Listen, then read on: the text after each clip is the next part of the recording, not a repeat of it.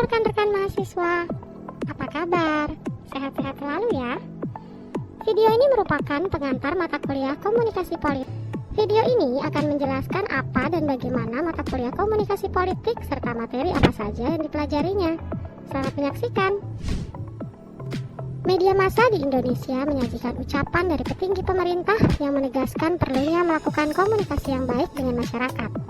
Proses interaksi ini dapat dari atas ke bawah atau dari suatu lembaga ke warga negara, secara horizontal antar aktor politik, serta dari bawah ke atas seperti opini publik ke para pejabat. Dengan demikian, media massa mempunyai peran yang cukup signifikan dalam proses politik di suatu negara. Komunikasi dan politik memiliki kaitan yang erat. Hubungan ini terwujud dalam suatu pernyataan, yaitu salah satu kegiatan politik adalah melakukan komunikasi. Dan komunikasi dapat digunakan untuk mencapai suatu tujuan politik tertentu. Dalam kehidupan sehari-hari, orang dengan mudah menemukan sejumlah aktivitas komunikasi yang terjadi dengan latar belakang kepentingan atau tujuan politik. Sebagai contoh, pengenalan visi dan misi calon kepala daerah yang dilakukan melalui acara debat atau kampanye di hadapan masyarakat. Melalui acara tersebut, masyarakat akan mengetahui visi dan misi calon kepala daerah, program kerja unggulannya, solusi yang ditawarkan dari suatu masalah, hingga mengetahui apakah calon tersebut pro terhadap rakyatnya atau tidak. Mata kuliah komunikasi politik merupakan salah satu studi dalam ilmu komunikasi yang memahami berbagai fenomena komunikasi yang memiliki dampak politik dalam lingkup lokal, nasional, dan internasional. Komunikasi politik dapat dipahami dengan cara memadukan elemen-elemen komunikasi dengan segala hal yang terkait dengan aktor, lembaga, partai, dan golongan, hubungan internasional, serta pembangunan politik.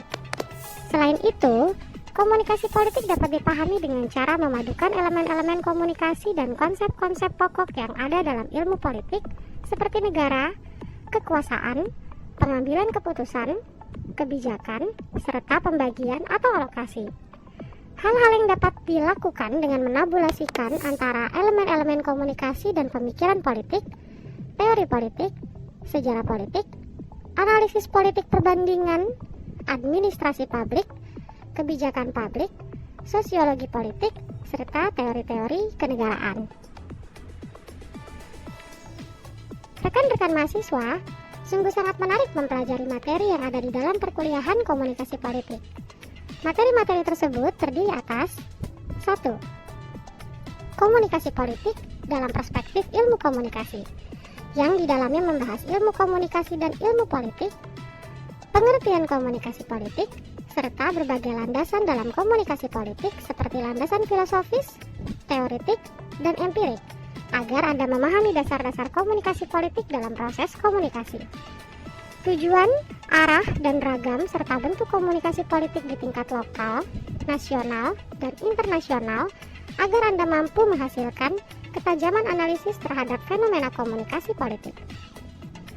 Pendekatan dan model dalam komunikasi politik, sistem komunikasi serta interaksi sistem dalam komunikasi politik, aktor-aktor komunikasi politik, meliputi pembahasan keragaman aktor dan interaksi antar aktor komunikasi politik, isi pesan dalam komunikasi politik yang membahas iklan politik, kehumasan politik, publisitas, dan manajemen pesan dalam komunikasi politik, media konvensional, media baru, dan media massa dalam proses politik, penyampaian pesan politik dan dampaknya yang berisi propaganda, persuasi politik, demonstrasi, opini publik, dan partisipasi politik, faktor budaya dan globalisasi politik, penelitian kuantitatif dan kualitatif dalam komunikasi politik serta analisis kasus komunikasi politik tingkat lokal, nasional, dan internasional.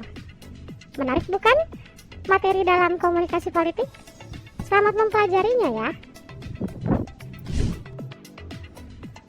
Cara yang lebih sederhana untuk memahami komunikasi politik dapat dilakukan dengan melihat setiap fenomena komunikasi yang kemudian berdampak politik. Artinya, bila suatu fenomena komunikasi yang biasanya dicirikan dengan terjadinya transaksi informasi, penyusunan, pengiriman, dan penerimaan pesan, kemudian terlihat memiliki dampak politik, hal inilah yang kemudian menjadi satu pemahaman tentang komunikasi politik.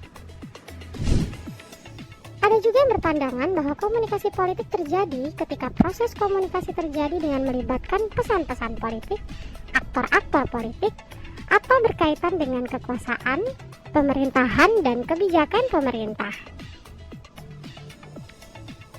Itulah tadi video tentang pengantar mata kuliah komunikasi politik.